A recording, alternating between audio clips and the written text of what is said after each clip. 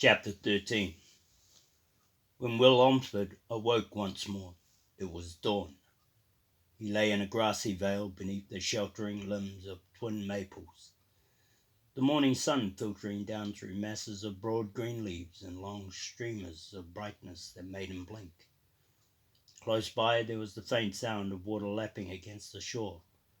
For an instant he believed himself still within the wondrous gardens of his dream. So real had they seemed to him that almost without thinking about it he pushed himself up on one elbow and looked more hurriedly for them. But the gardens were gone. Amberley lay next to him, still sleeping. He hesitated, then reached over and shook her shoulder gently. She stirred restlessly and her eyes opened. She looked at him in surprise.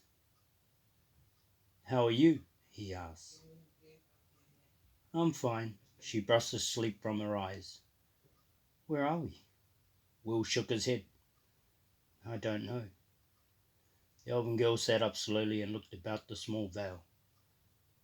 "Where is Elfstones?" "I don't know that either." Will stretched his legs tentatively, surprised to find them loose and uncramped. "He's gone. They're all gone. Elfstones, those creatures." He paused, hearing movement in the brush at the far end of the hollow. A familiar black face poked through the leaves, nickering softly. Will smiled. "Well, at least we still have our tech with us." The black cropped lazily at the grass, shook himself clear of the brush, then trotted over to Nuzzlewill. Will stroked the sleek head for a moment, rubbing at the horse's ear. Amberley watched quietly. "Did you see the old man?" Will asked her. She nodded solemnly. "That old man was the king of the Silver River." Will looked at her. "I thought as much. My grandfather saw him once, years ago. I don't think I was ever really sure whether he was real or not until now. Though funny, Artak moved off several paces and began feeding again." Will shook his head.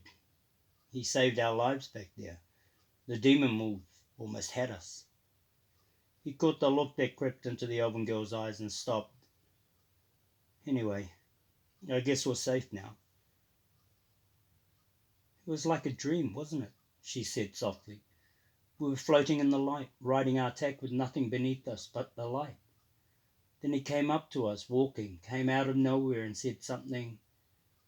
She trailed off, as if in the memory of it confused her. "Did you see it?" The veil man nodded.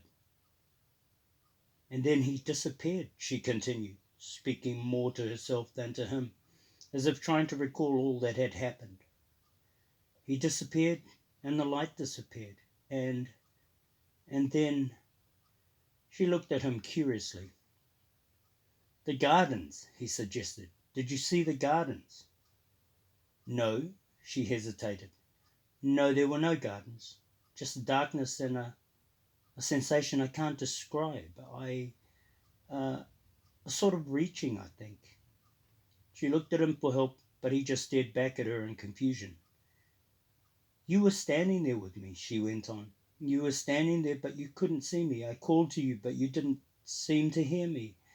It was so strange." Will hunched forward. "I remember the old man and the light, just as you've described them. I remember that when they disappeared, I remember falling asleep, or at least I think I fell asleep. Anyway, you were there with me on Artak. I could feel your arms about my waist. The next thing I knew, I was standing in these gardens. I'd never seen anything like them. They were so peaceful and beautiful and quiet. But when I looked around for you, you weren't there. You were gone." They looked at each other wordlessly for a moment. I suppose we had better worry about where we are now," Will said finally. He climbed to his feet and looked about again. Belatedly he thought about helping Amberley up, but by then she was already standing next to him, brushing leaves and grass from her hair. He hesitated a moment, then led the way through the brush surrounding them toward the sound of the water. Moments later they stood at the edge of the lake, so vast that its shoreline circled in either direction to the horizon and disappeared. Waves crested in sudden flashes of silver foam, the water deep and clear blue in the morning sun. Groves of trees bordered its grass-covered banks, willow and elm, and ash, leaves rippling softly in a light southerly wind that carried with it the scent of honeysuckle and azaleas. In the cloudless blue sky that canopied above the lake arched a brilliant, shimmering band of colours that seemed to rise from one end of the horizon and disappear into the other. Will glanced upward to fix the sun location, then turned to Amberley, shaking his head in disbelief. "Do you know where we are?" "We're somewhere on the other side of the Rainbow Lake. The old man carried us all the way down the river and across the lake to wherever it is we are now. We're miles from where we started." The elven girl nodded almost absently. "I think you're right." "I know I'm right." Will paced away excitedly and stopped at the water's edge. "I just don't know how he managed it." Amberley sat down on the grass, gazing out over the lake. "The legend says he helps those who need it when they travel in his land, that he keeps them safe from harm." She paused, her mind clearly elsewhere. "He said something to me. I wish I could remember." Will was not listening. "We should get moving. Arborlon's a long way off, but if we travel in a northwest direction we should be able to find the Myrmidon, then follow it all the way to the westland. That's a lot of open country, but we won't be easy to find now. There's no trail to follow this time." He missed entirely the look of annoyance that crossed Amberley's face, his mind preoccupied with the journey ahead. "It should only take us about 4 days, maybe 5, since we only have one horse between us. If we get lucky we might find another one, somewhere along the way, but I suppose that's asking a bit much. It would help if we had some weapons too. We don't even have a hunting bow. That means eating fruit and wild vegetables, I guess. Of course, we might..." He trailed off suddenly, aware that Amberley was shaking her head in disapproval. The elven girl crossed her legs before her and sat back. "What's the matter?" he asked, dropping down next to her. "You are, for one thing." "What do you mean I am?" "You seem to have fixed in your mind everything that happens from here on. Don't you think you ought to hear my thoughts on the matter?" Will stared at her, somewhat taken aback. "Well, sure, I haven't noticed you asking for them," she continued, ignoring him. Do you not think it necessary to ask?" The veiled man reddened. I'm sorry. You were just making decisions that you have no right to make." She paused and regarded him coolly.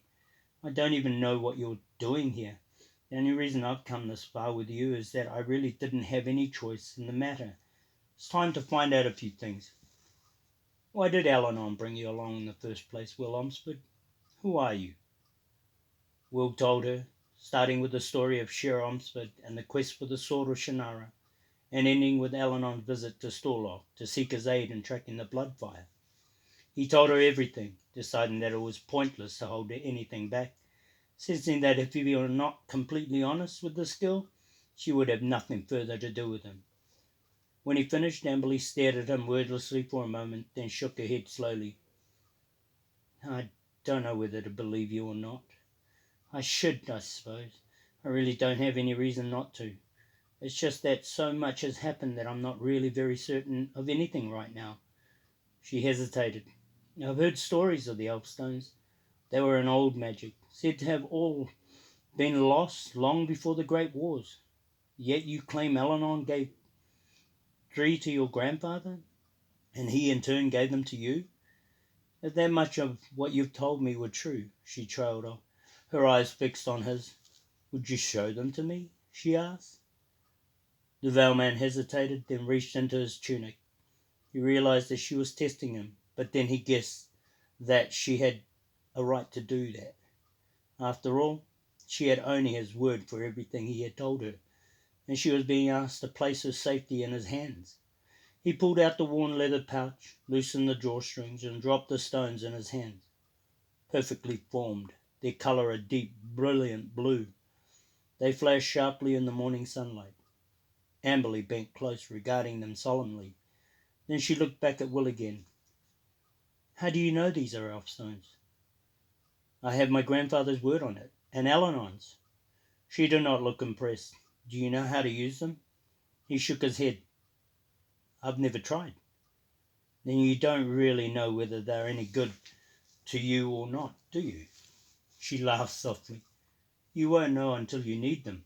That's not very comforting, is it?" "No, not very," he agreed. "Yet, here you are anyway." He shrugged. Seemed like the right thing to do. He dropped the Elfstones back in the pouch and tucked the pouch into his tunic. "I guess I'll have to wait and see how it works out, to know whether or not I was mistaken." She studied him carefully for a moment, saying nothing. He waited. "We have much in common, Will Omsford," she said. Finally, she crossed her arms about her knees, drawing them up. "Well, you've told me who you are. I think you're entitled to the same courtesy. My family name is Lessedale. Eventine Lessedale is my grandfather. In a sense, we're both involved in this because of our grandfathers." Will nodded. "That's true, I suppose." The wind caught her chestnut hair and blew it across her face like a veil. She brushed the strands away and looked out across the lake again. "You know that I do not want to go back to Arborlon," she said. "I know. But that's where you think I ought to go, isn't it?" He eased back on his elbows, watching the rainbow's arc above him. "That's where I think you have to go," he replied. "Obviously you cannot go back to Havenstead. The demons will be looking for you there. Pretty soon they'll be looking for you here as well. You have to keep moving. If Eleanor escaped—" He paused, distracted by the implications of that statement. "If Eleanor escaped, he will expect us to go on to Arborlon, and that's where we'll find him." He looked over at her. "If you've got any better ideas, I'm ready to listen." For a long time she didn't say anything. She just kept staring out over the Rainbow Lake, watching the graceful movement of the water, letting the wind blow freely across her face. When she finally spoke again, it was just a whisper. "I'm afraid." Then she looked at him, seemed about to say something more, and thought better of it. She smiled, the first genuine smile he had seen from her. "Well, we're a pair of fools, aren't we? You with your Elfstones, and that may or may not be what you think, and me about to do the one thing I swore I'd never do." She rose, walked away a few paces, then turned as he came to his feet behind her. "I want you to know this. I think that going to Arborlon is pointless. I think that Eleanor is wrong about me. Neither the Outcries nor the Elven people will accept me back again, because despite what the Druid may think, I am no longer one of the chosen." She paused. "Still doing anything else wouldn't make much sense, would it?" "Not to me it wouldn't," he agreed. She nodded. "Then I guess it's settled." Her child's face regarded him soberly. "I just hope this isn't a mistake." Will sighed. "If it is, we'll probably know soon enough." He forced a thin smile. "Let's collect our tack and find out."